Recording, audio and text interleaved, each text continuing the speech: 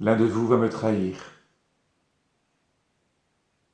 Mot terrible de Jésus qui vient dévoiler mon cœur de pécheur. À Pierre, il va dire aussi dans cet évangile aujourd'hui, tu donnerais ta vie pour moi? Amen, amen, je te le dis, le coq ne chantera pas avant que tu m'aies renié 3 fois. Oui, c'est vrai. J'ai trahi Jésus. Je l'ai renié, je l'ai abandonné.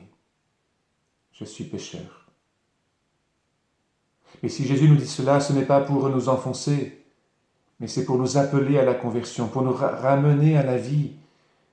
Le sacrifice, l'offrande de sa vie qu'il va faire là dans ces jours-ci, c'est justement pour nous rejoindre là où nous tombons et nous relever, comme il se relèvera sur ce chemin de la croix à 3 reprises.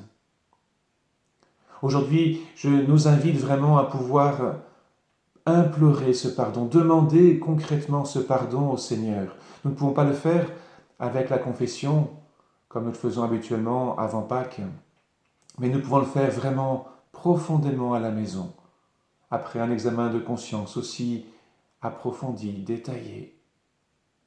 Il ne s'agit pas de chercher la petite bête, il s'agit de s'ouvrir à la miséricorde du Seigneur, avec l'engagement ferme de pouvoir aller se confesser dès que cela sera possible.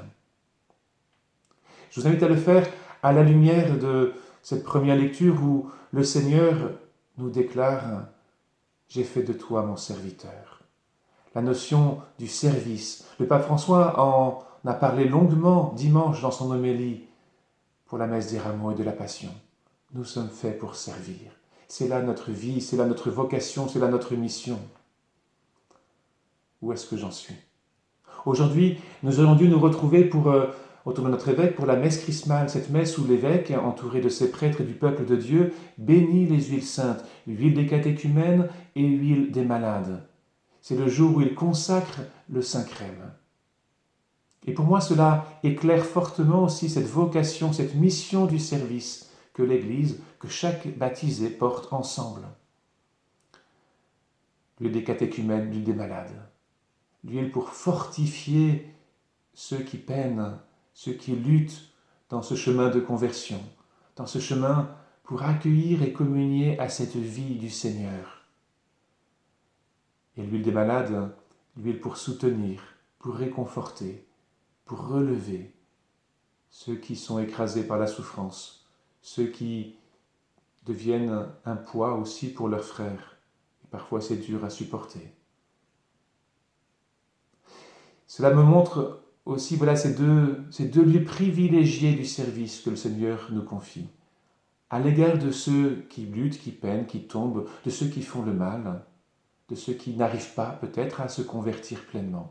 Le Seigneur veut se mettre à leur écoute, veut leur offrir son pardon, veut... Comment je réagis avec eux?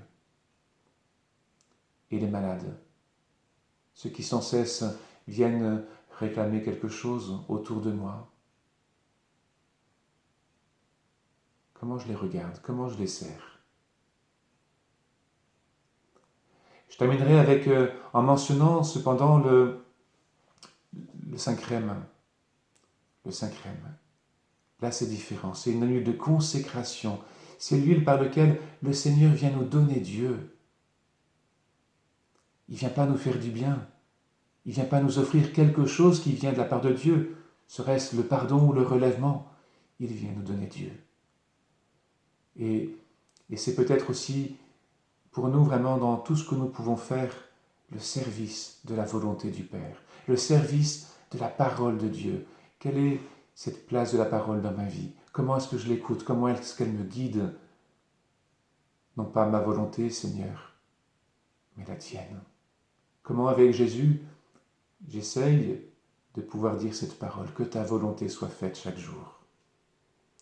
Voilà, à travers ces 3 éléments, la place du pardon, la place du relèvement, du service de nos frères malades, de ce service de la parole, de la volonté du Père, oui, implorons le pardon de Dieu.